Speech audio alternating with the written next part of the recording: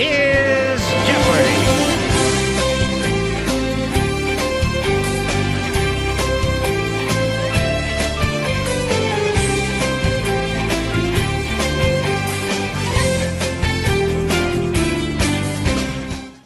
Good afternoon, this is Alex Trebek, and today on Jeopardy, we will be having a short segment on chemistry.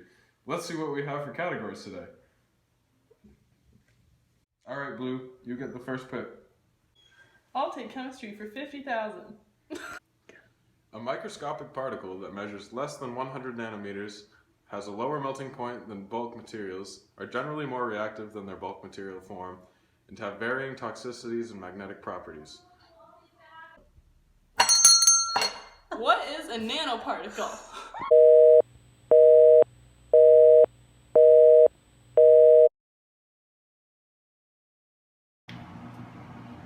So, the first thing that we did was place a beaker on a stir plate with a stir bar. Then we added 0.1 moles of iron 2 chloride and 1 mole of iron 3 chloride to create the 0.1 ratio. Then after that was done, we added 125 milliliters of ammonia to the beaker with 50 milliliters per minute for the next 4 minutes. After the first step was done, the beaker was removed from the stir plate, and the stir bar was removed from the beaker. And then we began the process of decanting the ammonia out of the beaker. We used a magnet to keep the iron nanoparticles inside the beaker while decanting, and this process was repeated 2 to 3 times. Ammonia was decanted into the beaker, and 2.5 milliliters of ammonia was added to the beaker for one final rinse. The end.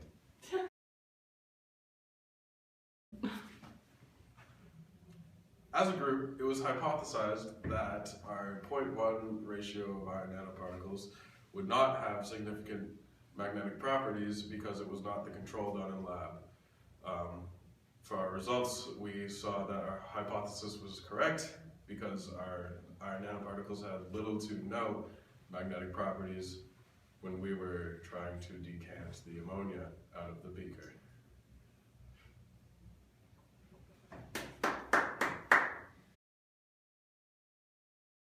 In terms of our NMR analysis, the 0.1 ratio was not able to obtain any results because it didn't have any magnetic properties.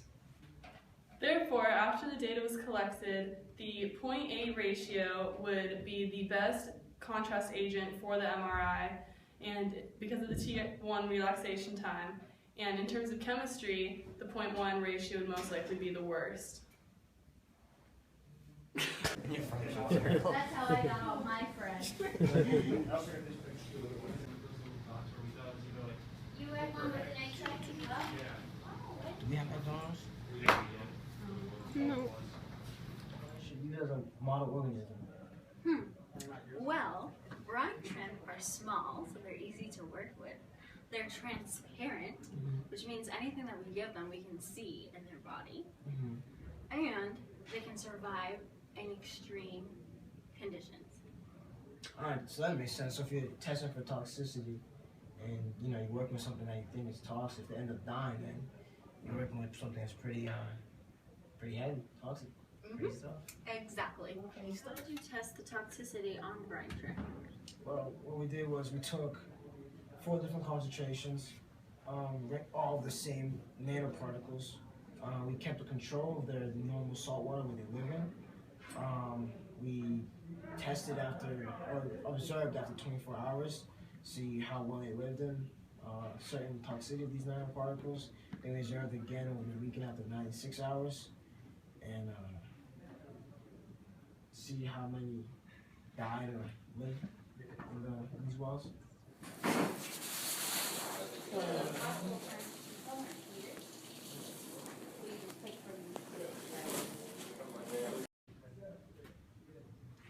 So, what was the hypothesis?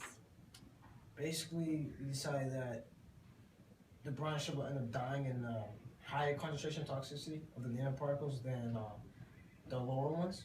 the lower one, because if you subject an organism to higher levels of any type of substance or toxicity levels or something, they're gonna end up absorbing more of it than if you had a lower concentration of it. Results of the experiment. So after 24 hours, we recorded that 4 died in the 1-to-1 concentration, 2 died in the 1-to-10 concentration, 4 died in the 1-to-100 concentration, and 0 died in the 1-to-1000 concentration. Yet, 3 of them died in the control.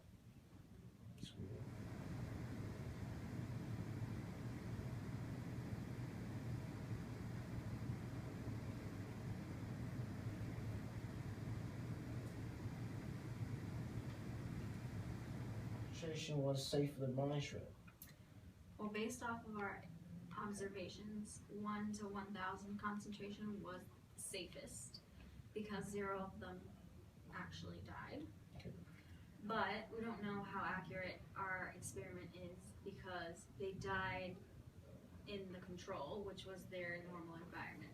So what did you consider to be safe?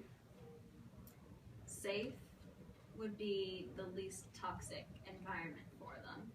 So 1-to-1000 is the safest.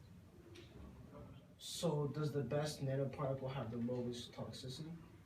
Well, we do see that the lowest toxicity is the best for the brine shrimp, as we've seen in our experiment, that the 1-to-1000 is the one that they most survived in. So comparing it to that, yes, the lowest toxicity is the best.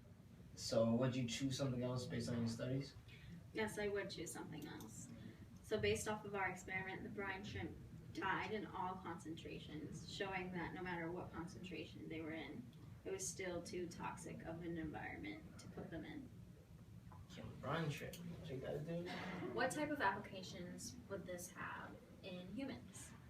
Well, you can use nanoparticles in cosmetics, drug delivery systems, therapeutics, and biosystems. But more specifically, you can use the iron oxide nanoparticles to clean up like carbon tetrachloride pollution in the groundwater. You can also use it to clean up citric